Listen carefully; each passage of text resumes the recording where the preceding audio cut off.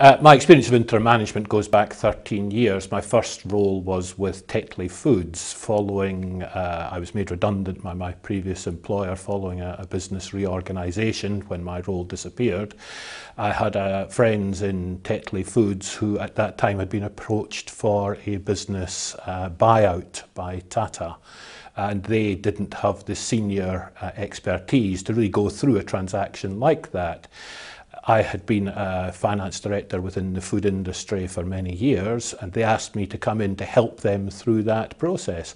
I think that typifies what an interim role is, somebody who can come in with expertise at a senior level, working above the level that they would normally work in a business, to be able to help a business through a period of change.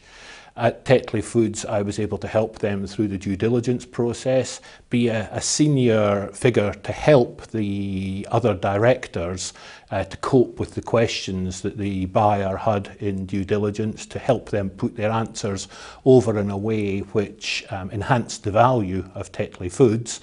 And it was successful in that the bid was subsequently went through, the business was bought, and the buyers were very impressed by me too, and came up with a follow-up piece of business. They wanted to raise money on the Hong Kong Stock Exchange and asked me to work with them to help raise that money.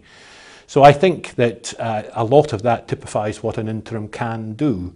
They can come in at a senior level into a business and add expertise to an existing team to see through a transaction.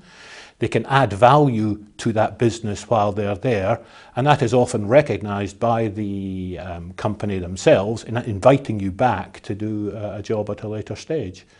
That persuaded me that I liked interim work. Then I started to meet agencies, and the agencies then give that added value that they have the network to be able to explain to businesses what you can add, and you go in there. I particularly like the BIE approach, which is to really only present one or at the maximum two interims to their clients.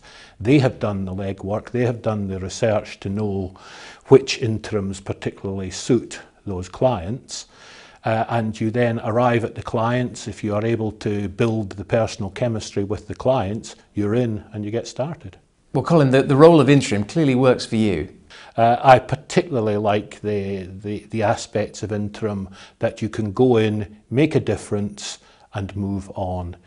You don't get involved in office politics. You're able to take that helicopter view. You arrive in at a business and you can have a totally different perspective from people who are mired in the business.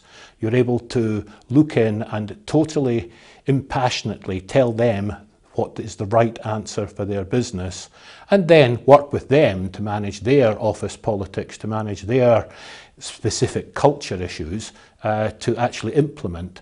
And much better than consultancy, you actually see it through, deliver, and leave a business in a better state, which is what I particularly enjoy.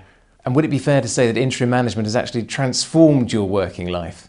That's absolutely true. I've developed as a person massively. I think I used to be quite shy of new situations. As an interim, you can't afford that shyness. You have to go in and deliver very, very quickly.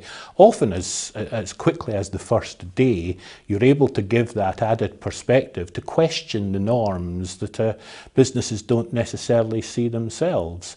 So I have developed, I think, very much as a character. I'm now much more self-dependent.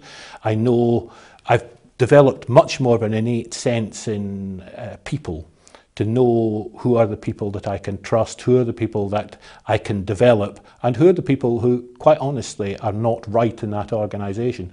But nobody has had the courage to talk to about what would be right for their own personal careers.